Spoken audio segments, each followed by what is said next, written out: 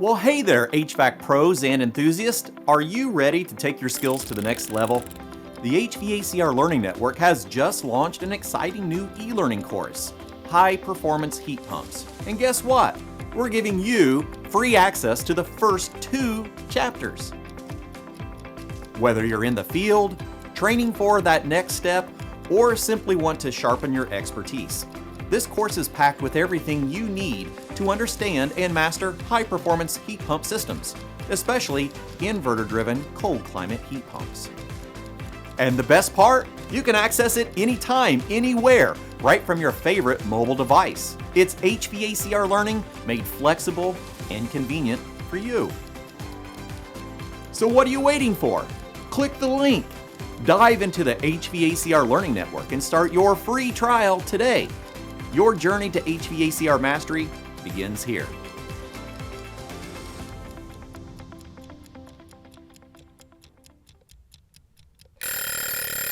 Refrigerant recovery is the foundation for life cycle refrigerant management, as without safe refrigerant recovery, there cannot be reclamation or reuse. A-Gas Rapid Recovery is an on-site refrigerant recovery service that gives businesses an easy way to contain their used refrigerants.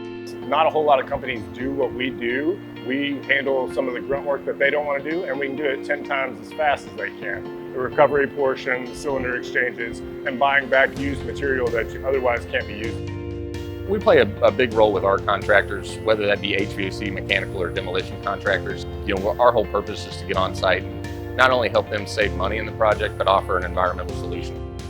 We do not want any of these products getting vented to atmosphere, no matter how low the GWP is. Now it's not only the cylinder to recover the product, but it's making sure the technicians have equipment that are rated to work with flammable gases.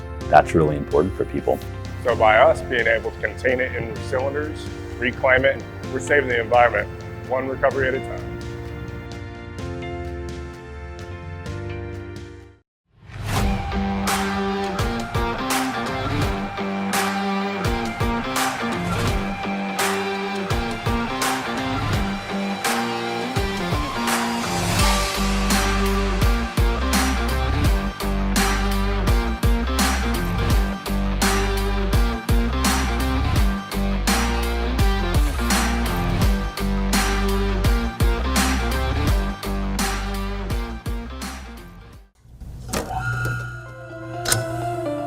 My name is Mike Idle. Today I wanted to give you an overview of Amatrol's T7300 HVAC control system. This system is designed to align a hands-on workstation, as you see here, along with interactive curriculum to teach the operation, installation, application, and troubleshooting of control systems related to the HVAC industry. As components and features of HVAC systems get smarter in both the residential and commercial fields, it's important for current and future HVAC technicians to be trained up. What types of circuits are used, familiarity, learning, operation, maintenance, troubleshooting are all important areas to cover in that. Here at NAVAC, we are obsessed with delivering the best HVAC tools on the market. Our tools are built for professionals and engineered for precision, just like Harley-Davidson motorcycles. NAVAC Nation, it's time for you to feel the power both on and off the job site. Let's stand up in our pursuit of perfection. From coast to coast, NAVAC forges the path forward. Wherever you are, we will be right beside you.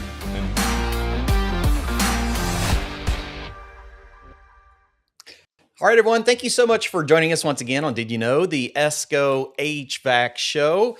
We just got back from the National HVACR Education Conference a few weeks ago, and at the conference, we had a variety of technical classes, but we also had a lot of professional building, like professional for ourselves, team building classes. We had professional growth, we had delivery, and Kristen was there doing a class that was so well received. I thought that we should make sure to get it, at least a piece of it on the show so that you can have an understanding what these type of classes are. So Kristen Mueller, we're grateful that you're hanging out with us today. Absolutely. Thank you for having me again, Clifton. Appreciate it. Absolutely. We had a little bit of technical difficulty getting on today. We had a presentation where we're going to go through just as talking points, but Kristen is such a good speaker and motivator that it's not even necessary. We're like, let's just hit the go live button and we've got this. So we're gonna run with that today. And I've actually got a short video that I want to put out of part of the intro of Kristen's class at the conference. And while we're doing that, everyone let us know where you're joining in from so we can see how large our community of HVACR professionals is. We're grateful that you're all taking time out of your busy day to hang out with us, and I'll see you in about a minute. This is going to be a very interactive session. So I hope you came with bells on this morning and already had some coffee. I was working, he's already, it's like, please don't. It's so interactive, please. So we're going to make this fun and interactive. When you think about, or when somebody says HVAC, what do you think about? What are the words that come to your mind? Compressor. What else? Compressor. What? Make money. Make money. Equipment. Sweat. It is hot in Vegas. What else? Men. Okay. Not like that. Yeah. I'm sure I have a song for that. Because you give me too much time up here, I'll start singing. Who knows what Okay, I gotta know about this singing, Kristen. Well, see, the thing is, Clifton, I generally say if somebody gives me a microphone, I instantly turn into Britney Spears or I turn into Taylor Swift. I just can't stop singing. And there are moments where I can be in a store and I will create a jingle for that store and they didn't even know they needed one. That's how that goes. That's fantastic. We did lose your video feed, Kristen. I'm going to call out some of our guests today. We got Kendrick joining us from Chicago. Kendrick, how's it going, man? I'd love to take some time to catch up with you sometime. I missed everybody at the conference this year. It was so busy. Garrett, thanks for joining us. Jeremy Moorhead joining us from Arkansas. Jeremy, have you been on here before? I don't recognize the name being in here. I'm glad that you're letting us know that you're here. And if you have any questions, any comments along the way, definitely let us know. Eric is joining us from Central California. Cool, Eric. Appreciate you hanging out with us today. Osvaldo down in Belize. I'm so grateful that you keep hanging out with us. We have a great time, just talking about our community. And it's wonderful to see people from abroad joining this community, learning to be better professionals, whether you're an educator, a technician, a contractor. Murph joining us today. Murph, glad that you're hanging out with us, sir. All right. Did we get you back, Kristen? I can see you, Clifton, and I can see myself. So interesting. Is there a flip camera, maybe? Because it was on and then it just went away. Crazy. Now we're back. All right. I don't know how that happened. We didn't touch anything, but we're here. It might have been when we went over to the video because it actually faded away when we went to the video. So it might have been a weird connection with the phone. Fair enough. Here we go. So, Kristen, give us a little bit of your background so it can help us understand where your expertise comes from. Sure. I've been at Johnson Controls for about 13 years now, all in the learning and development space. I have played in the sales space. I've played in the technical learning space, our customer learning space. And now where I sit is in the leadership development. So my role at JCI is to lead all of our leadership programs across the globe. So the topic today is something that I'm so passionate about because being a leader is ridiculously important, especially in this. Yeah, when we go from the field to the classroom, and I say that because many of us as educators, we came from the field. We were good technicians. We found our way into the classroom, whether we wanted to or not. Most of us ended up there. We set our tools. I got my tool bag and I got all my goodies over here. And we get into the classroom and realize that those tools are only part of our job. And there's a new level of development that we don't always get exposed to by our peers. Hopefully we have a good peer that teaches this, but many of us are kind of thrown to the wolves and go, okay, like Howard likes to say all the time, glad you joined us. Here's your keys. See you at the Christmas party. Make sure everybody passes. Right? But in the world that we live in today, we're starting to have a larger group of interest of different people having interest in our industry than we had traditionally in the past, and I love it. We're becoming a very diverse culture within HVAC and refrigeration, and in that there's a development, an internal Mhm. development that we need to do, because if we look at technicians, I always use Howard. Howard has such really good analogies. One of them he says is, if we try recruiting people that look like us into the trade, there won't be anybody left but middle-aged white guys. Yep. Really, when we think about the diversity of technicians and students coming into the industry, it it's an equal playing ground, but there's still challenges. I'm sure as a female, you talk about, some of the challenges there are within the industry, but as professionals, when we grow and we have good mentorship, it creates a community of compassion, I would even Yeah. say.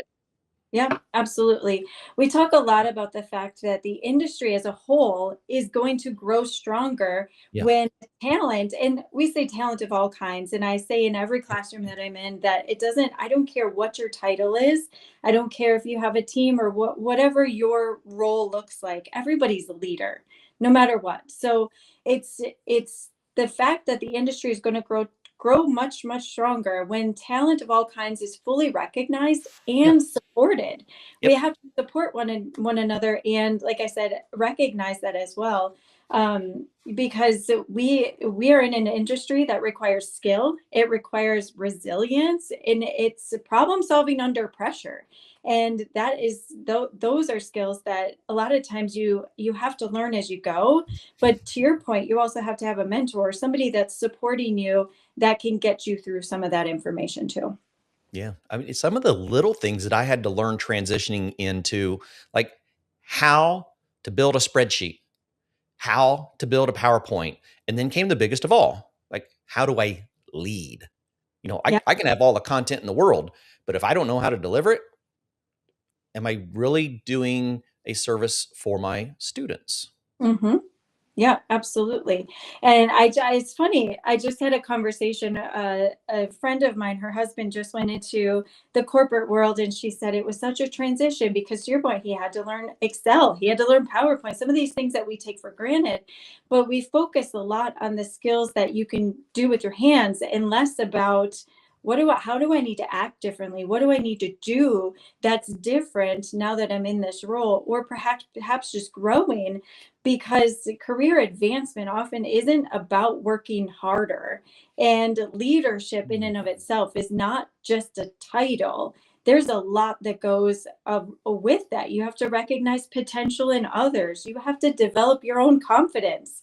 And we spoke a lot when I was in Vegas about opening doors for people. And then when you open that door, you can also walk through, but gosh darn it, hold it for the person that's behind you as well. That's really intriguing. I wish I would have been able to sit in on that class, because you've already made me rethink about something that is almost kind of a norm or a stigma in our industry. As technicians, we advance to higher pay by working harder, working more, learning new pieces of equipment, learning new technologies. In the classroom, it could be more about learning to become a better leader. Yeah. Hmm. Absolutely. And we think about being a better leader, or just being a leader in general. It's not often people think it's a distraction from excellence, or it's just one more thing that I have to do because I'm really good at my job right here. But Right. being really good at your job right here isn't going to get you to the next spot. And if it does, good for you, but it's not going to get you one step further from that. You constantly have to evolve and grow. And growing, if you're uncomfortable, that means you're growing, and that's a beautiful thing. One of my mentors becoming an educator, he's still an educator, and he loves where he's at. He doesn't want to progress into any type of leadership. And we'd had this conversation one time. I was like, so Greg Millsaps, Coach Millsaps, if you're out there, this one's for you. So Greg Millsaps is with the Johnstone Grimmy Group over in Ohio, and he's a high school football coach. And I would say one of his greatest assets is being able to coach people And then the technical side is like a minor. Like his major would be coaching and mentoring people, and his minor is HVAC. And I have always had so much respect for him because every single student in his classroom was just like a student on the field. Like they left his classrooms, I left his classrooms feeling like I was ready to go do something myself. And it wasn't necessarily that I was learning new technical skills. I think back and it's very much about those leadership skills that motivated me to do more. Yeah. And it motivated you for you to do more. And it's not always something that you have to wait to be handed. Right. You start to practice it all the time. So again, I've said a quote multiple times, but whether you're building your own path or you're helping other people rise and pave their own path, that's leadership. And that starts long before you're in a promotion or you're in a new role. You have to start paving that way. And again, it's not something that you're just, yeah, I'm just going to sit here and wait for it to come to me. I have to build those skills and practice those skills along the way as well. Yeah. It really makes you rethink a career in education because we have to be open to that next layer of development. Yeah, absolutely. And not only your own development, because to your point, you might be in your stay promotion. Like I'm here, I'm good. This is Right. my role that I want to be in. But as an educator, you're still building other people's careers. That's your role. So, we think sometimes this is a class, I'm doing a class for 5 days, I'm in and out. But people come back and they look at how you act and how you behave and some of the tidbits that you're leaving with them. You started this call, Clifton, with, hey, I remember so and so said this, right? So we take those tidbits, and that in and of itself that's leadership right there. So if I'm an educator and maybe I feel like I've hit that plateau, Mm-hmm. because I can relate to this very much to playing guitar. I've played guitar for many years. Every once in a while, I'll get to a plateau, and it's because I'm continuing to do the same things a certain way without making a change, sometimes just a change in my own perspective. Very similar when we're talking about being a professional educator. We all hit those plateaus. I've Mm-hmm. had these conversations with other educators. They go, I don't know if there's anywhere for me to go. I'm just kind of here. And I'm like, there's a lot of places to go, but where do we begin and how do Yeah. we respond? Yeah. We talk a lot about what those barriers are Mhm. and career advancement barriers, and that's exactly where you're going. And sometimes the first thing I think about is a visibility gap. Nobody knows that you're there. So how do we and how the excellent work that you're doing is not going to be seen by everybody. And Right. it's simply isn't seen by the decision makers that can help you get to that next spot. You could be out there as an educator solving problems, you're supporting teams, you're delivering results, but you may not always be in the room with the individuals that are making those decisions or helping you get to that next spot. So you always have to think about, how can I expose myself to some of these things. We think about the 70-20-10 model that we all talk about, and education is only 10% of that 100% that gets you to the next spot, and 30% of it is simply exposure. So Mm. understand, like, am I sitting in a visibility gap right now? And if I am, how can I get out of it? So how can I be seen by the folks that I need to be seen by? And if leadership doesn't see your impact, they can't factor it into an opportunity that might be out there for you. Can any of you with us today or anyone joining us later relate to this? Because I can, and I've had this conversation with many of educators that feel like they're not being seen within their own department, within their own school. If any of you are in that position, especially right now, let us know in the chat. Let us help walk you through some of the next steps to be able to progress your career, because I believe we have all the resources right here in front of us. Yeah. And I would add to that too, Clifton, that this right here is an informal network. Yeah, And too often we're not using our informal networks I to agree. help us to the next spot. Yep. We tend to like live in this formal process, and who's my relationships inside my own circle, but who else is out there? And some of us just naturally have more access than others, but advancement doesn't just depend on who you know, but it's who you know and then who they know and what they know that can help to get you to the next spot as well.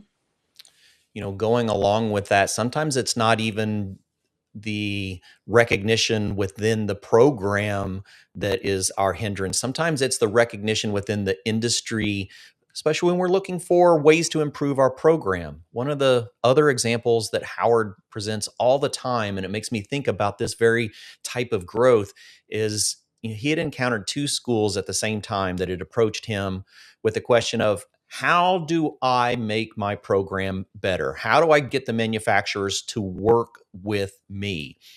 And what he had offered was advice that was more on leadership and gathering content and picking up a new tool than it was anything. What he had recommended was for them to do an analysis of their program, learn how to work with spreadsheets, learn how to present themselves better in writing, so that they would be more appealing to the manufacturers to help build their program.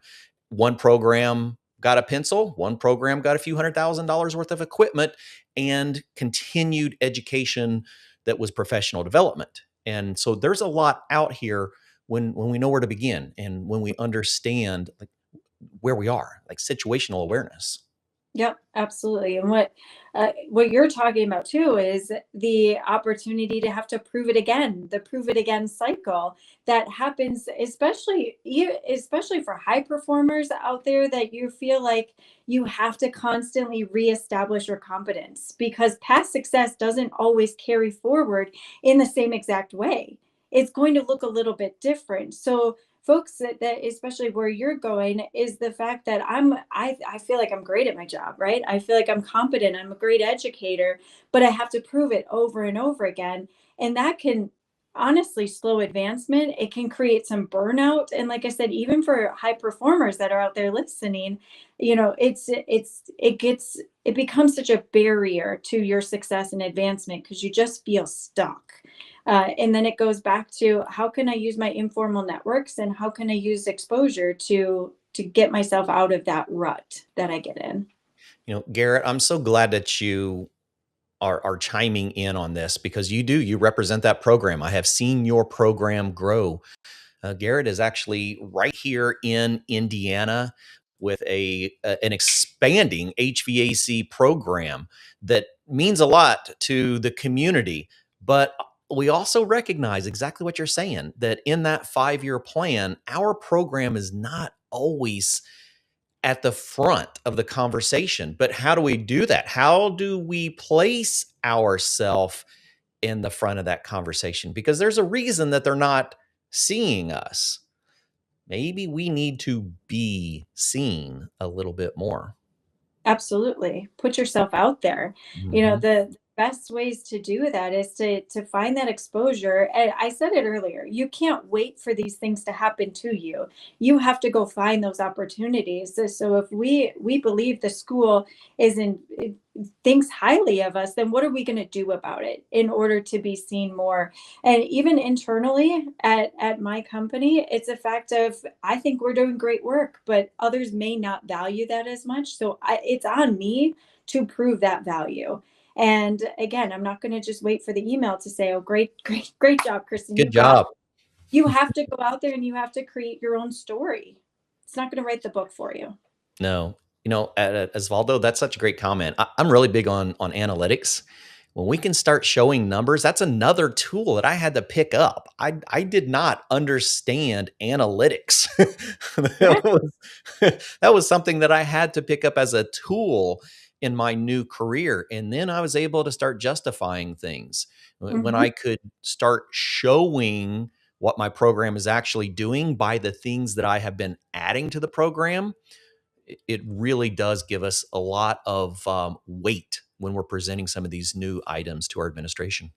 Yeah, absolutely. Is so we think about the barriers, but then we also think about what can advance us to the next level. And spot on. It's business acumen, top of the freaking list, right?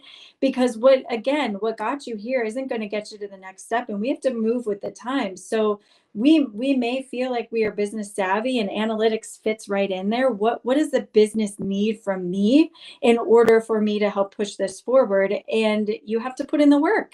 You have to start connecting the technical work to the business outcomes. So if I do X or I teach this class, what is the outcome? What is that going to look like? And translate that into dollars, because what's going to happen then is your value is going to be much clearer at the higher levels. They're not thinking about, oh, you taught 50 people in the last 3 weeks or what have you. It's going to be, what does this do in dollars? That's the way that the business needs to look at it as well. Yeah, we never really take the time to sit and think about our department as a component of the business, but it is. We are all a component of the business. This show is a component of our business. Our sponsors are components of my piece of the business, my department. And we really have to step out of our comfort zones. I get questioned very often, like, how do I do this? Like, how do I put myself out in front of everyone and not be constantly worried about the consequences? And I have to reply, I am always concerned about the consequences. But it's part of the reward. It's part of the investment. My wife hates it. She's like, oh, all right, do you ever get tired of just being out there in front of people? I'm like, no, that's how I get things done. I Yeah. have to be out in front of people, and I'm trying to give good information to other people, and I'm trying to connect the right people with other good people. And in Hmm. that, there's a lot of prosperity, but it's uncomfortable. All growth is uncomfortable, but when we start building ourselves, it can be a challenge. Yeah. You mix that confidence with communication and influence. That's where you need to go. And that's kind of where you're leading. Is you have to be able to explain your thinking, advocate for yourself, your programs, your ideas. And that ultimately starts to create influence for outcomes. So we see in there, the school may not value, or the school values it, but others may not. Use your influence, and that will help to create some outcomes for yourselves. It goes beyond those who make complexity understandable. They start to bring others along with them. And I say confidence all day. To have to do this every day as an educator, you have to have confidence, but also have confidence in your decision making. We're all trusted to make decisions, but we have imperfect information often. So we have to know that we don't have to know everything. Nope. That's not what it's about. But it means that you're being willing to take the responsibility for whatever decisions you make. Somebody said to me yesterday, socialize the win, monopolize the loss. And that's the confidence that you need to have. Is I'm going to go out there and I'm going to really work for my programs, and I'm going to work for these other educators and my students. Yeah. I'm gonna share the win with everybody, but I'm gonna take it if I have a loss. Yeah, that's fantastic. I was fortunate to be able to co-present a class this year at the conference for educators on how to use video to Mm. represent their brand, their classroom, their program. And I've already seen some schools starting to produce content, and I'm so proud of them because people pay attention to what your program actually does. And it doesn't take high-end equipment. Prime example, we had some technical difficulties earlier. Kristen is on her phone right now, everyone, right? Not a computer with a high-end camera and microphones, her phone, doing an amazing presentation. And so the tools that we have at our disposal are not always utilized. And that's all we're really trying to do, is trying to help you learn some new tools. Mhm. Yeah. Before we talk about something else, Clifton, I want to Mhm. talk about the fact, like what we're doing here and using strategic relationships and thinking about who are your mentors. But beyond that, because we talk about mentorship all the time in this industry, who are your sponsors? Right. Because sponsors are a huge piece of it, but we often only think about the mentors. The difference between the two is Mm. that whoever my sponsor is, they're gonna advocate for me when I'm not in the room. Many of us, myself included, started careers and worked through careers with just a mentor. And then you have to flip the switch. So, we're talking about what does it mean to advance and how are we going to advance the others around us? Do you have a sponsor? And are you using those strategic relationships to help you get to the next level? Maybe not even you, but your program and what you're offering to the public is huge. You have to use those relationships. Okay, I don't know that I've ever been confronted with that. So, how would you explain us the difference between a sponsor and a mentor? Yeah, so when I think about sponsorship versus mentorship, mentors are valuable. Everybody should have a mentor. They give Mhm. advice, they share their experiences, they help you grow. But sponsors, like I said, do something much different. They actively are going to use their influence to put your name forward for opportunities. They're going to actively use it to help you accelerate. And oftentimes, like I said, some people have both, but we've focused so hard on mentorship. That's the buzzword, it feels like. But we also have to go the other end and think about who's actively advocating for me. So, as an educator, we really are that potential sponsor for those students that we're investing into. Hmm. Absolutely. And that's a huge piece of it is you are a sponsor, but who's sponsoring you? Exactly. Hmm. Do you have any advice on who we would actually look at around us I for would that type of a role? I have used folks that come in and out of my classroom as Mhm. sponsors because they have a different circle than I do. Right. And if they have a great experience in my classroom and I've seen them grow because I've tracked their progress and Yeah. I can see, I use them as my number one sponsor. They can speak firsthand, what they're getting when they come into the classroom. I think, Todd, you're right. Instructors as well could be a sponsor and a mentor if they are helping build us and they are also representing for us. You bet. Now, I really wonder, we spend a lot of time talking about program advisory committees and the contractors that we work with and the organizations that we work with. And it really makes me think, why wouldn't we want to work with a student who has went out into the field, been successful, working with a local contractor to become part of our pack meeting as just that, as a Mhm. sponsor of our program, representing our program for the industry as well as our administration. Yeah, absolutely. And they're going to have influence. And again, Yeah. they have knowledge because, and you talk about all of these things, career growth and just leading the way, as we're calling it. It's not just about performance. Yeah, No. everybody on the call, I'm sure, is an amazing educator. That's why you are all here using your informal network. But performance is only going to get you noticed. It's certainly you have to add those other pieces with the perception that people have of you, your presence. Are you here? Are you participating? And again, your relationships. All of those things are huge, but performance will get you noticed. Perception influences how you're evaluated. Presence determines whether or not you're included in those conversations. And relationships help to shape the opportunity that you're looking for. So it might be another educator role, and that's amazing. But if we're looking for something else, you have to use those to shape your opportunities in the future. Would you consider maybe another well respected educator from another department as a sponsor? Absolutely. Absolutely. Mm. I would use another educator. I would use even another educator from a different institute Yeah. that my sponsor because that's my informal network. They're going to help me grow. And those folks are going to, also they could act as a mentor relationship and tell me what I need to do differently. in order for them to sponsor me in the future. But yeah, absolutely. The best of the best.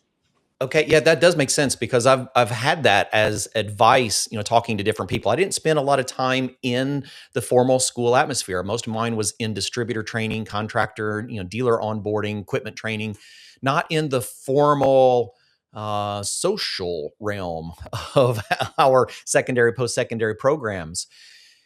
I have had very successful instructors from very successful programs recommend to other schools and other educators to invite instructors from other programs to your PAC meeting Hmm. for that, because it helps bring awareness to your program to other professionals within your realm and can potentially build a sponsorship. Yeah, absolutely. Nice. They can Makes give you, sense now.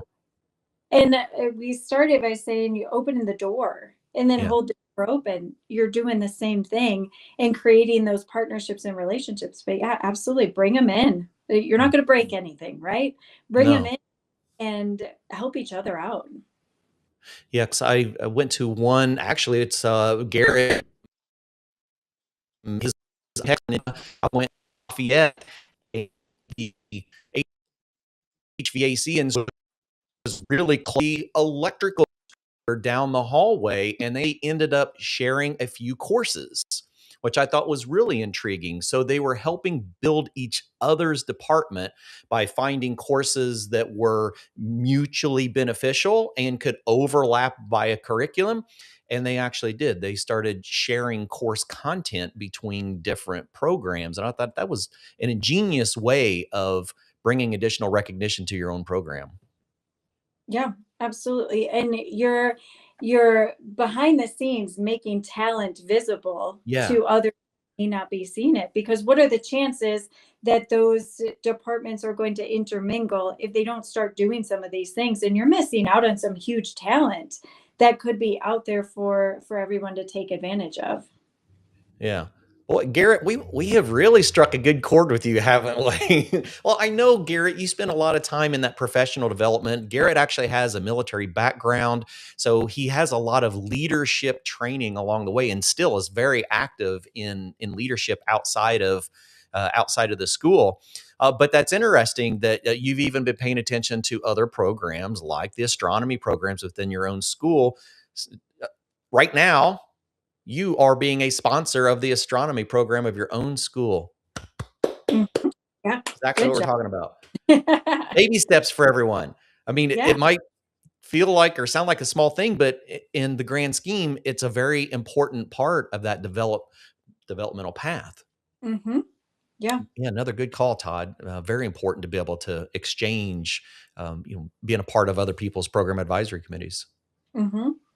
Yeah, I think a lot of times where we start to fall short is we ask for feedback. And Yeah, as educators, we're, that's our job. We have to ask for feedback, and sometimes we're not ready to hear it, and that's right. okay. And I sometimes when I give feedback, I say, "Are you ready to hear this?" And, no, not yet. Call me tomorrow. I'll call you tomorrow when you feel like you're ready. But a lot of us Yep, just stop right there. We right. stop for the feedback. The second step of that, as we've been talking, is you have to ask for that visibility. So whether that's joining somebody else's meeting or that's doing some cross-functional work, that's the visibility that folks really need in order to get to the next step. So that's number one. I was at a school visiting in Texas. It's been a year or so ago, and when I was talking to the program, I was just doing interviews, doing some videos, and talking to the administrator. And she wanted to go show me the school's HVAC equipment. I thought, oh, this is interesting. She said, yeah, we actually teach our students on our campus's HVAC equipment, and the campus calls us first when they have problems before we call the contractor. And I thought, man, that is an intriguing way to build that perspective of your department. But here's another example why I didn't think of it, but they're building that sponsorship of the rest of the school, their faith in their program by participating. And that's stepping out of the comfort zone. That's putting yourself in a place where you're really looked at from everyone in the school. But at the same time, the reward is you're looked at by everyone in the school. Mm-hmm. Yeah. And it goes to the sentence I said earlier, you're going to celebrate and socialize those successes. And I'm Yeah. sure you're going to monopolize it if it doesn't work. Because let me put myself out there. I'm asking for visibility. I'm going to get it, but I have to be prepared for what's coming next as well. And part of that is just don't be afraid to claim those aspirations and say it out. So if that individual wants their program to grow and have that visibility, well, my aspiration is my department's going to take care of all of the maintenance in this building. That's my aspiration. She says it out loud, and all of a sudden it's going to come true. We can't be afraid to say it. That's the point there. Yeah. And that's a learned skill for many of us coming out of the field. When we were in the field, we typically had one-on-one conversation.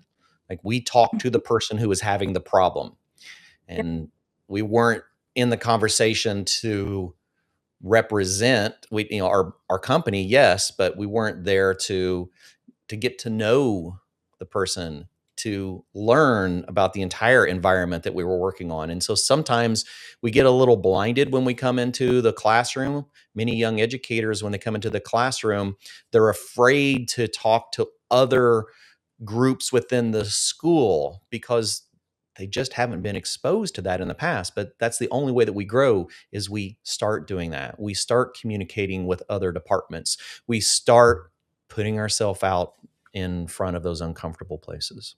Yeah.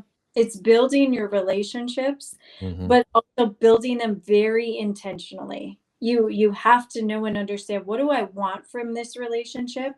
Right. It's asking others about their work, asking them what their challenges are. So if you're talking to other departments, what are your challenges? Because chances are their challenges are close to yours. So how can we work together to solve Yeah. some of these? And also understanding how decisions get made. So if I'm worrying about my program and what's working, what's not, how are people making decisions on how to grow these departments? I need to know that information in order to take that next step. Mm-hmm. Also connected to those that influence the opportunities. If you know of somebody in another department that has great influence, I'm gonna stay close to that person so that I Sure. get in the room, get in the know. But to your point, we love to stay in our bubble because our bubble is safe and it's comfortable. But if you're not comfortable, if you're comfortable, you're not growing. We want to be uncomfortable. Get the ick a little bit sometimes so that you can grow. It's not going to be awesome all the time, but you're going to feel better in the end. Yeah. Osvaldo, I'm so glad to see you growing. Osvaldo's been joining us for quite some time now. And I think when he first found the show, he's like, this is not a whole bunch of technical, but it is a lot of growth. And that's a very mature statement that you're saying, because it is the truth. Because there's a lot of things in our industry that is uncomfortable to talk about. Even the equipment that we are expected to teach on, many times it's an uncomfortable conversation at first, just because we've never been exposed to it. But once we look for the right resources to understand the equipment, go to the manufacturer, find the resources that we need to get comfortable with that equipment, then we're good working on that equipment. Well, people are kind of the same way. We just need to be able to be open to that growth, but we need resources Yeah. like this whole conversation. Yeah. You need resources, and also don't be afraid of a stretch, right? Yeah. A lot of times we look at something and say, somebody will bring you an opportunity. You're like, I don't know. I can't do that. I'm not there yet. Yeah. I don't feel We'll hear that all the time.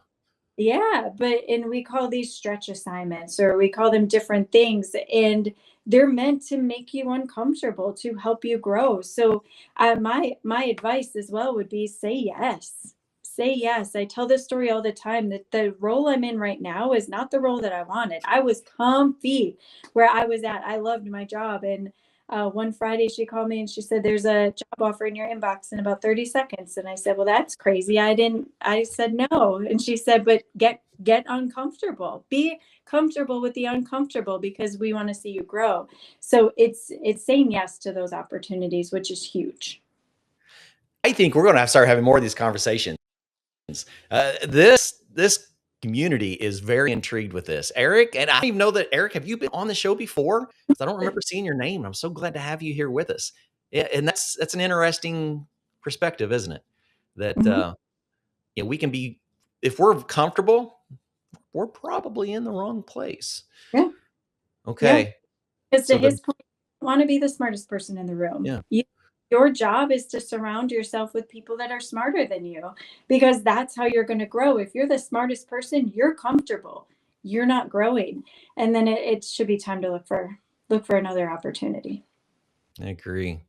So remember, everyone, the answer is yes. Just say yes. Say yes. That's the answer. No matter how uncomfortable it is, if it's someone that you have respect for and they're giving you an opportunity or asking you of a project or a task, take it on. At least give it a try. Yeah. Give it a try and socialize that. And it's okay to make mistakes. We always say it's okay to fail too, because failure is the first attempt in learning. I tried it, didn't work. Okay, let's go back to the drawing board. And that's when you start taking very visible strategic risks. And that's how we become true leaders. And again, it's not based on title or promotion. It's based on how you're behaving. And as educators, you are a leader in the classroom. People look to you to have that skill and that ability. So take those strategic risks. Yeah, absolutely. I'm so glad that you're joining us today, Eric. We have a community, an international community. Not everyone can make it every week. We have a variety of people that come and go depending on the topic, and has a lot to do with the topics that we have. We cover everything from technical into the emotional and interpersonal growth, like today. And it's a little stretch for me. I mean, it can be uncomfortable to be able to talk about emotional growth. That's really what we're doing, right? We're growing emotionally. Yes, you are, Garrett. Thank you. And it takes help. It takes people who have the experience, who have the knowledge, and are willing to share that. And Kristen, I'm so grateful that you're joining us and sharing this, because this is what has become a passion and a profession for you. Mm-hmm. Yeah, absolutely. And not comfortable. There are many times where it's not comfortable. You're going to get feedback that you may not like, or you have to build a relationship that might feel a little sticky at first, but it proves to be worth the juice is worth the squeeze at the end, for sure. And again, goes back to communication, influence, and put yourself out there. Don't be afraid. Build those sponsorships, build those mentorships, and give it a go. Like, just say, I just need to practice this on you, or let me try this and have this conversation and go for it. Because a lot of times, to your point, as educators, we came from a different role and now we're stepping into this one, and it can be a huge shift for a lot of folks. So it's just getting comfortable with who you are. And also you are at that front of the room for a reason. You know something that folks in there don't, and that is your opportunity to build your leadership skills and really advance at what you're doing. That's what I love about our conference. When I went there for the first time in 2019 as a new educator, I was scared to death. I did not really know how to communicate with a variety of different personalities and ethnicities. It was a bit of a challenge for me to learn. And what I found was, by going to the ESCO National HVACR Education Conferences, I learned how to talk. I learned how to communicate with people more, and how to approach people that I previously thought were unapproachable. And that's part of it, getting out of that comfort. Yeah, because a lot of it too, and I said, as educators, we came from a different role, and chances are you were a high performer in that role, which is why you are now an educator, because you were at that high performer role. But we talk a lot about, there are things that high performers do that you have to completely change your mindset as you become and step into more of a leadership educator role. And one of those is you have to be the expert. So I'm sure you went to that conference and you felt, I was an expert in my old role. I felt good.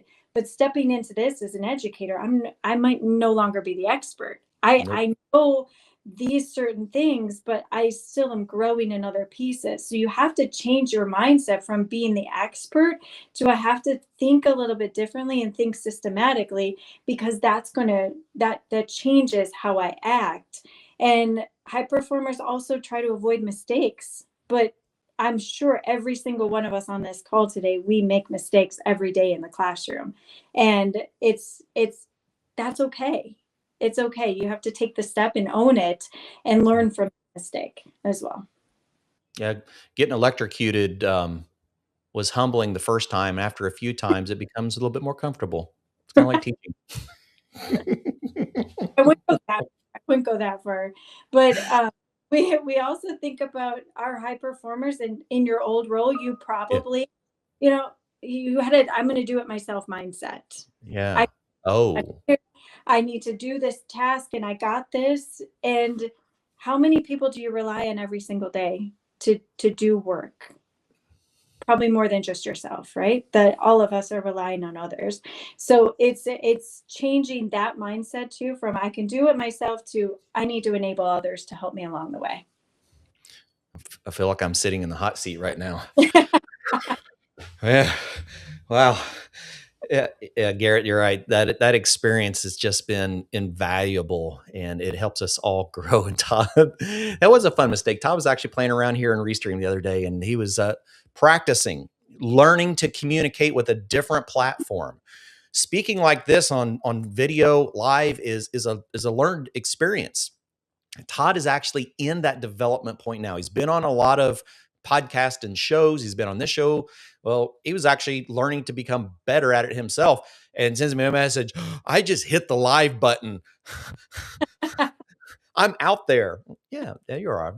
Some things can be taken back, but as long as we confront them and grow from them, just like you did, that's how Mhm. we become better. And it's a change of mindset for many of us. Uh, Overachievers. Yeah, right. Yeah, sometimes overachievers, perfectionists, all the things. It's hard to ask for help because I'm a high performer. I can do it myself. I don't make mistakes. I'm all these things. And it's really taking that gut check minute to say, I need help. I need you to help me and enable others to open the door. And too often people say, well, nobody's here to help me. Well, gosh darn it, did you open the door for them to help you? Right. Make it okay for them to help you, because you might be putting up this wall and these blockers that say she's good, she's going to do it herself, and then everybody kind of stands back to watch. So again, it's building those relationships and make it okay for them to give you advice and be that mentor and or sponsor. A really good point that goes right along with that, Osvaldo, and it really, for me, it's kind of the struggle. When we are trying to approach someone, say we're trying to approach another teacher from another department, we're hoping to gain their trust. Mhm. Instinctively, what do we like to do? Tell them how good we are. Tell them what we're successful at. Tell them what our program has been doing, instead of listening to how they became successful themselves. Yeah, It's a absolutely. challenge for some of us. Yeah, it's a huge challenge, and because we're so used to talking and putting ourselves out there, and as you Mhm. said, we typically start with our resume, and why are we so good at what we do? But tell me what you want to know, and let me just be a listener, or tell me what your issue is. And again, that can go a long way. And we keep talking and bringing up relationships and how important they are to help you in your career, but you're never going to be able to build those if you can't always listen. You can't Right. always be, or you have to listen as well. It's a great point. Yeah. My name is Clifton. You've got a very successful program. Do you have any tips for me? Yeah, just stop. Sit back and listen. Yeah, Take notes. it's yeah. I'm not the smartest person in the room, and darn it, it's okay to be humble too. Mhm. Just take a moment and listen. It's fine. All right. So, Kristen, tell us more about your involvement in the industry, because you do so much for the industry, and we'd love to learn a little bit more about where people can find you in classes and organizations and trainings that you are involved with. Yeah, love it. So again, my passion is leadership. It has become a learned passion for sure, Mhm. because as I mentioned earlier, I had to get a little bit uncomfortable with what I was doing. I often said I don't drink the Kool-Aid, but now I'm serving the Kool-Aid, and that's okay because I'm bought in and I'm here for it. So Mm. I am the vice president of Women in HVACR, and it's a great organization that I am again very passionate about, because the industry is going to continue to move forward when more voices rise with us. So it's up to us to help to build that industry. So big in women in HVAC and big on leadership. Those are my 2 points. Okay. Well, we sure appreciate you joining us today. It's a fantastic conversation. I have thoroughly enjoyed it and soaked up a lot along the way. I hope everyone that is joining us has softened your senses just a little bit. I hope so. And yeah, I mean, because that's what it takes when we get to this point in our career, when we feel like we've hit that plateau, when we feel like our department is not being recognized as well as they could, or our efforts are not being recognized as well as they could. We really just need to learn how to present them to the listeners that we're trying to attract. And in doing that, we're probably going to have to learn some new skills. We're probably going to have to learn how to listen and communicate with people who might not speak the same technical language that we do. And it's okay. Mhm. It's all It is. right. Yep, it is okay. Take it down a notch, listen, and leave the jargon at the door so that we can help one another grow. It's going to be amazing. So again, if you want more, look me up on LinkedIn. I'd be happy to spew some more information. And everyone out there right now should say, yes, we will do Yeah, that. Go just find Kristen Mueller. Well, thank you. Thank you. Thank you. Thank you. I look forward to any conversations that we have. I enjoy what you're doing, and I respect so much what you're doing for the industry as a whole. And we'll see you on the next episode of Did You Know, the ESCO HVAC show. Everybody have a good night. thanks. Bye.